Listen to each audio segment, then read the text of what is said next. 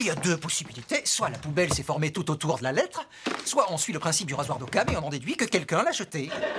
Ça vient de l'Institut de physique expérimentale et ils veulent qu'on présente nos travaux sur les supersolides lors d'un séminaire ayant pour thème les condensats de Bose-Einstein. Tu te rends compte? Je sais, je l'ai lu avant de l'acheter.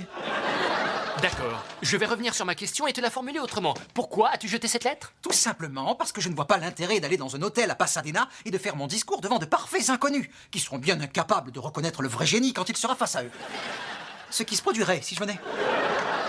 Tu devrais y réfléchir parce que les séminaires sur Bose-Einstein sont devenus légendaires pour leur fête. On s'en balance des fêtes. On s'en balance? Quel coin c'est celui-là? Est-ce que j'aurais reçu d'autres honneurs sans le savoir? Ah parce que si ça se trouve, le facteur a déposé un prix Nobel à mon nom. Ne prends pas mal ce que je vais te dire, mais le jour où tu recevras un prix Nobel, moi je ferai des recherches sur la manière dont les pompons influencent la vitesse des tapis volants. Pour que ça devienne une injure, il suffit de glisser les mots de ta mère. J'en ai une. Et Léonard, la méthodologie de recherche de ta mère est nulle. La ferme, Ward.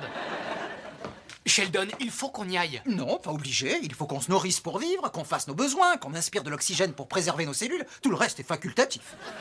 D'accord, je vais te le dire autrement, moi j'y vais. Non, c'est moi le directeur de recherche. Oh, je t'en prie, on a convenu que ce serait toi uniquement parce qu'on a suivi l'ordre alphabétique. Non, ça c'est ce que je t'ai fait croire parce que j'ai voulu t'épargner l'humiliation de reconnaître que c'était mon idée. Et je ne voudrais pas enfoncer le clou, mais j'ai fait ça pour te faire plaisir. Ne me remercie pas.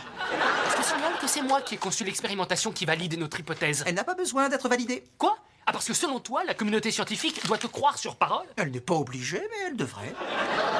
Ça suffit. Tant pis pour toi, moi je vais à la conférence présenter notre découverte. Je t'interdis de faire ça. Quoi? Tu me l'interdis? Si je ne récolte pas les lauriers pour nos travaux, personne ne les aura. Ah, tu vois, tu as admis que c'était nos travaux. Non, c'était pour te faire plaisir une fois de plus. Et pas besoin de me remercier. Et prends-toi ça dans les dents. Alors, Sheldon et toi, vous ne vous adressez toujours pas la parole? Non seulement il refuse de me parler, mais en plus il me scrute comme s'il essayait de faire exploser mon crâne rien que par la pensée. On se croirait dans ce film de science-fiction, Scanner. Tu sais, bzz. Laisse tomber. Et qu'est-ce que tu penses de ceci?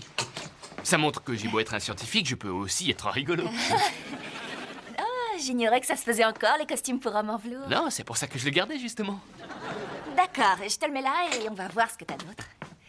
Alors, prends ça, et ça, et aussi ça, et celle-ci. Tu tiens vraiment à ce que j'essaie toutes ces fringues? Je tiens vraiment à ce que tu les jettes. Et ne les refile pas aux bonnes œuvres, ça n'aiderait personne. C'est quoi ce truc? Ah, ça, c'est une reproduction de la ville de Candor. Je vais t'expliquer. En fait, la ville de Candor était la capitale de la planète Krypton. Elle a été miniaturisée par Brainiac avant que Krypton explose, puis Superman l'a sauvée. Elle revient de loin, alors.